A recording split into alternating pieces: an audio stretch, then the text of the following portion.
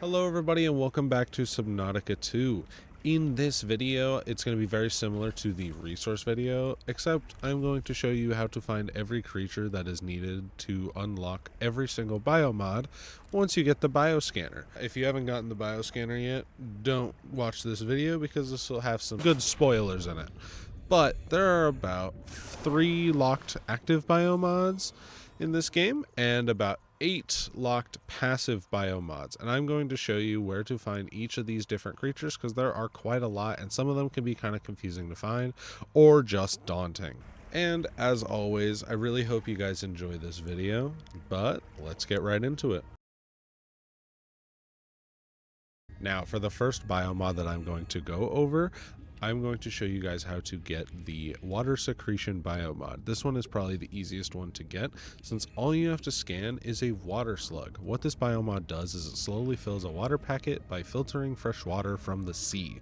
It's about 5 water for every 3 to 4 minutes that you wait, and it ends up stacking over time so you can get 10, 15 and all that stuff if you're willing to wait. Now for this one, all you really need to do is just scan these little water slugs, which is super sick because they're actually found literally everywhere. This is just right under the life pod. Of course, there's going to be more by where you get the bioscanner, which can also be nice because that's probably where you're going to unlock this. What you're going to do is you're just going to go up and scan one, and you'll get a thing on the left side of the screen that tells you, hey, new biomod unlocked. There we go. I have water secretion now. Now, for our next biomod, I'm actually going to show you guys how to get the slow metabolism biomod. Now, to find this biomod, you're actually going to venture a little bit further from the life pod. You're going to go past this wreck over here and even past the angel comb that's right over here, all the way until you find Camp 1. Now, it should be really obvious. However, we are looking for the nibbler mangoes. These guys are literally all over the place in the shallows area, but this is the place where I feel like I get attacked by them constantly. So you're basically just going to go up to one, scan them real quick, and then you'll get the slow metabolism biomod show up, which is pretty awesome. That one makes your microbiome more efficient, making food loss a lot slower than what it was before, which is pretty neat if you have troubles finding food, say in that second area of the game when you're living off of oily salads for like a good, half of the game.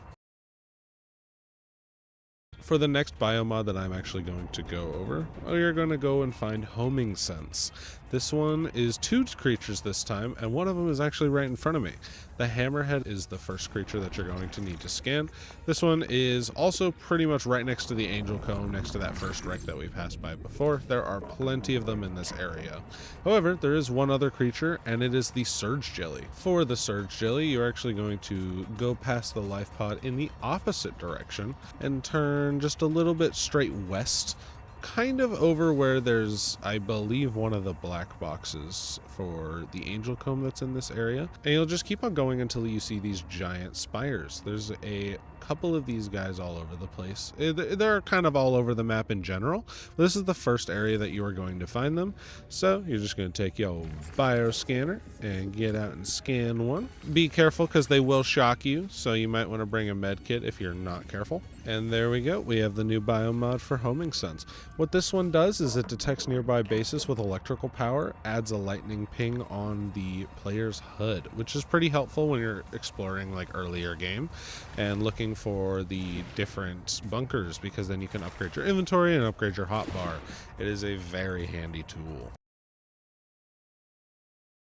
Now for this next biomod, we are actually going to be looking for the water retention biomod, which requires a live coral crab to scan. It's really easy to find the dead coral crabs, so finding the live ones can be a little bit tricky because they're not always roaming about. What you're going to want to do is you're going to want to travel about 200-ish meters east, southeast from the life pod until you find this hammerhead that bashes against these big coral rocks. This hammerhead likes to wake him up from his slumber, so we're going to go ahead and scan him while he's out, and there we go. Now we have the water retention biomod, and what this biomod actually does is you actually gain more water from what you drink from. An example that the wiki gives is water provides 80 instead of 40, which is pretty awesome because water drains really fast. For our next biomod, we are actually going to be finding the Bioluminescence biomod. There are 2 creatures for this one as well. However, they are kind of split up between the 2 separate parts of the game. You can find both of them in the second part of the game, and I will show you where you can. But for the first part, I'm just going to show you where to find the sand spear in the first section of the game. Just because it's a little bit easier to find. The first place that you're going to want to look is into this cave right here with the big downward stream. You're going to want to go right on in here, straight on down. Now, the sand spear is kind of an interesting creature. Sometimes it could be out and about, just hanging around, but it is a sand spear, and what it does is it kind of just buries into the sand and disguises itself. This is actually what it looks like. Now, if you get too close and you're in survival mode, it will jump out at you and kind of eat you. So if you can scan it before you get up close and personal, good luck. I hope that I can get it to come out of the ground. Here's what it looks like. Just had to blast it. Here's what the sand spear looks like when it's not in the sand. So if you ever see one of these flying around or swimming around, then make sure you give it a good old scan, because that's what you're looking for. For the second area that you can find these little sand spears, it's actually going to be near where the juvenile angel comb is, over in the second half of the game. I did just see the dudes swimming around. They can just be found along the ground in the exact same fashion that I showed you before. What this biomod actually does is bioluminescence creates a glow around the player, making it easier to see during the nighttime and in different caves. However, that isn't the only creature that is needed for this one. The second one is called an electric Geordie. Georgie, I don't know, dude. This game has a lot of things that are kind of annoying to pronounce, but to find this one, where you're going to want to go find these electric Geordies, whatever, is you're going to want to go to the angel comb and go past it over to the metal pools. You're just going to want to follow these different angel comb branches until you find some dark green glowy pools. And so once you're in the metal pools area, these guys are actually really small. So these are the electric Geordies. They're literally the same size as the regular Geordies from the first area of the game. They will stick to your vehicle, but as long as you don't let them, you can go ahead and give them a quick scan, and then you'll get you'll get actually 2 biomods. The second one I'll go over a little bit later. But for this one, you will get the Bioluminescence biomod, and that is exactly what we're looking for. Ignore that. That's a spoiler. For the next biomod, we are going to be finding the Camouflage biomod. This one only requires 1 creature to be scanned, and it can be found pretty much just above where the angel comb is and where observation decks are. They're pretty common creatures. We are looking for the bullet heads. They come in 2 different colors, I believe purple and red. You can find them over closer to the alien base where the creature enamel and celestine and titanium all is. But you can also find them a lot along these cliffs up here. Now you may notice some weird things jutting out from this cliff, and these are actually the bullet heads. They are shaped like little torpedoes, and they kind of just sit in waiting until someone comes up to them, and then they do some kind of crazy speed dashes to break your stuff, and it's really obnoxious. Yeah, they're really speedy when they want to be. They kind of just zoom around and do whatever. But you'll get Camouflage biomod from that, and what that does is you'll become invisible to predators while not moving, but it does not work in the tadpole, so keep that in mind if you want to get this one. For the next biomod, we're actually going to be looking for the Threat Sense biomod. This one is a relatively easy-ish one to find, depending on if you know what you're looking for, because we are looking for hoverthorns, which is a regular old fish. These ones are not any of the big scary monsters, thankfully. However, they are very fast. It's this little guy. If you can catch up to it, then these little needle nose looking dudes are what you need.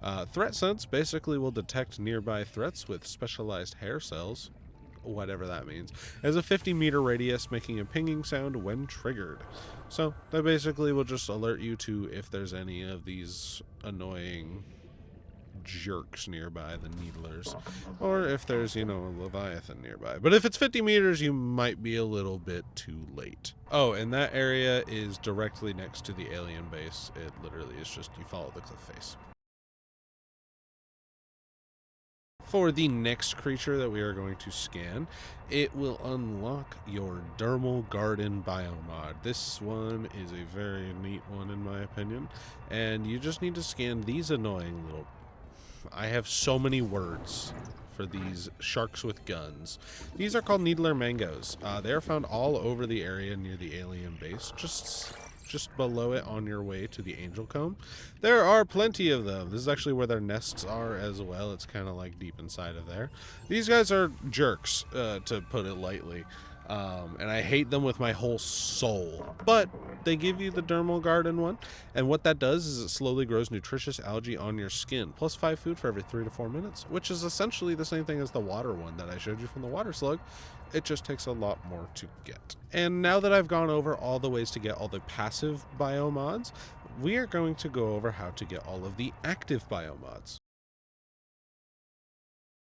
Now, what's actually super cool is that if you followed the way to get all the passive ones already, then you'll already have unlocked one of the active ones just by going and doing exactly what I just did, which is the electric discharge one. Basically, from scanning the electric geordie, that's why I said spoilers, you will unlock a active biomod that will allow you to emit a 800 volt electric shock to deter medium and large predators, which I don't know how well that works on the Leviathans. However, it might come in handy if you ever need to get up close and personal with any of the bigger creatures in the game. For the next one, we are going to be finding Chum Cloud. However, we are going to have to go all the way back to the first area of the game, so I will be right back once I get over there and can show you what to find. Perfect. Now that we are back at the life pod, I'm going to show you how to find the Chum Cloud one. There are 2 things that you need to scan for it. One of them actually not being a creature, and by lore-wise, technically not being a plant. These are found literally everywhere in the shallows. They are called the toxic sponges. They will emit a very nasty toxic cloud, exactly like this, which really hurts early game because they're at the entrance of every cave, hiding around every corner. Like I said, you can find them literally everywhere in this area. So, for the next creature, where you are going to want to go to find this creature, you're going to want to go into the heat area. I think it's called the graveyard, or the graveyard is at least the area in this that we are going to. And the spot that you're going to want to find is the Tailings Village. I actually really like this place and how it looks. There are definitely some lore implications about it, and I absolutely love it. However, that's not what we're here to focus on. And they are swimming right up to us. These are the Houndgar, and they are usually around these ginormous marrow breaches. This thing is absolutely massive compared to the one in the shallows. Like, this thing could be a Leviathan.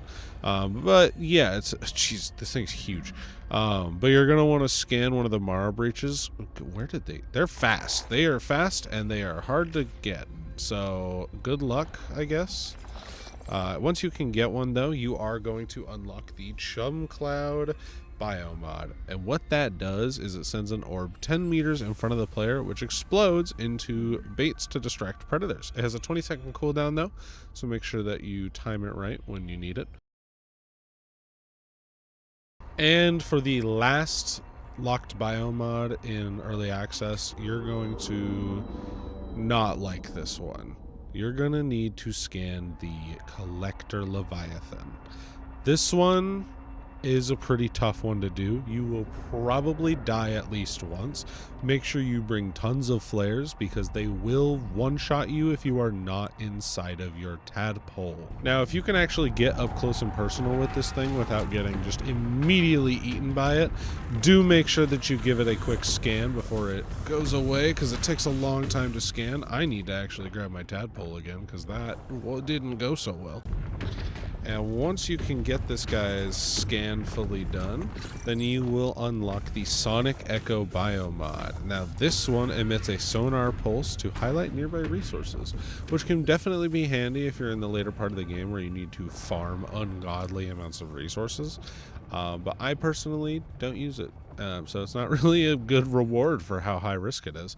However, that is all of the biomods in the current Subnautica 2 version. Later on, when they add more, I will absolutely update this list. My controller died. Hold on. What just happened? Now that that crisis has been averted, my controller is back to life. But now you have all of the biomods in the game.